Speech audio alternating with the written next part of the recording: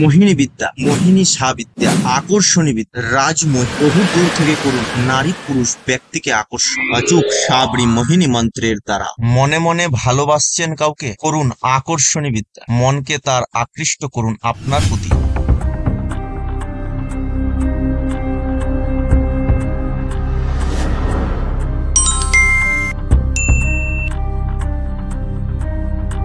আকর্ষণ কাকে বলে? কোনো ব্যক্তিকে ঘরে বসে কাছে টেনে আনার নামই আকর্ষণ। আকাঙ্ক্ষিত নরনারী বা প্রাণীকে চঞ্চল করে তোলা, মানসিক রূপে কাছে টেনে আনার জন্য যে ক্রিয়া করা হয় তাকেই আকর্ষণী বিদ্যা বলা হয়। এই বিদ্যা সাধকরা তখনই প্রয়োগে আনেন যখন কোনো ব্যক্তি গৃহত্যাগী হয়, অর্থাৎ ঝগড়া করে গৃহ ত্যাগ করে ঘর ছেড়ে চলে যায় বহু দূরে নিঃসন্ধান ভাবে। তখন তার নাম ধরে তাকে আকর্ষণ করে ঘরে ফিরিয়ে নিয়ে আসা হয়। একটি খুব প্রভাবশালী মন্ত্র হলো বিসমিল্লাহ সালামুন আজিজুর रहीम कल कौला 64 बीर मेरा अमुक गंगा तीर जहाँ को भेजू वहाँ को जाई मच्छी को छुबन न जाई अपना मारा अपन ही खाई चलत बान मारू उलट मुठ मारू मार मार कलवा तेरी आस चार चौमुखा दिया न बाती जो मारू वहीं की छाती इतना काम मेरा ना करे तो तुझे अपनी माँ का दूध या हराम है। दुहाई बिस्मिल्लाह मोहम्मद रसूलुल्लाह की दुहाई। 1008 বার মন্ত্রটি জপ করলেই সিদ্ধ হয়। শুক্রবার দিন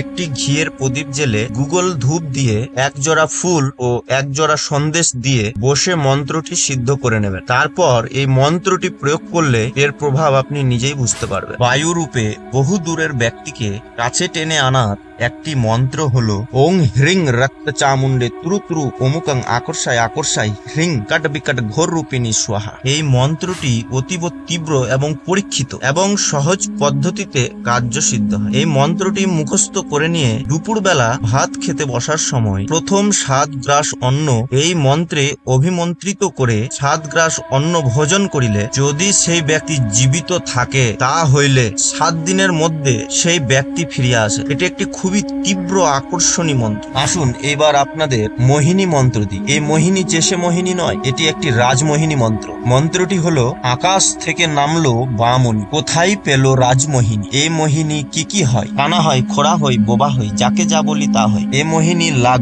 অমুকের চরণে না ছাড়বি মরণে ওং নমো নদীর তীরে বশ করা কুরুকুরু স্বাহা। এটি একটি স্বয়ংসিদ্ধ মন্ত্র। এটি যখন আপনার মুখস্থ হয়ে যাবে তখন ঠিক এইভাবে মন্ত্রটি বলবেন। আকাশ থেকে নামলো বামনি কোথায় পেল রাজমোহিনী। এই মোহিনী কি হয়? কানা হয়, খোড়া হয়, বোবা হয়, যাকে যা বলি তা হয়। এই মোহিনী লাগ অমুকের চরণে না ছাড়বি মরণে ওং নমো নদীর তীরে বশ করা মম কুরুকুরু স্বাহা। এই মন্ত্রটি হলো রাজমোহিনী, অর্থাৎ রাজাকে মোহিত করার জন্য। কিন্তু বর্তমান সময়ে তো রাজা নেই, তবে আপনার থেকে বড় বা উচ্চ অধিকারী এদেরকে মোহিত করার জন্য। একটি কথা আপনাদের জানিয়ে রাখতে চাই, যেমন বশীকরণ কার্যটি আলাদা তেমন মোহিনী বিদ্যাও আলাদা এবং আকর্ষণী বিদ্যা একদমই আলাদা। যতগুলি মন্ত্র দেওয়া হলো তার মধ্যে যেখানে যেখানে অমুক শব্দের উচ্চারণ রয়েছে সেই জায়গাগুলোতে আকাঙ্ক্ষিত ব্যক্তির বা সেই ব্যক্তির নাম বলতে হবে। সর্বশেষে একটি গুরুমুখী মোহিনী মন্ত্র দিয়ে ভিডিওটি শেষ করব। আসুন তবে মন্ত্রটি জেনে নেওয়া যাক। ওং মোহিনী মন মোহিনী তেই মোহিনী बड़ा भाव तैल मोहिनी गाँव चंद्र मोहिलंग सूर्य मोहिलंग हाट मोहिलम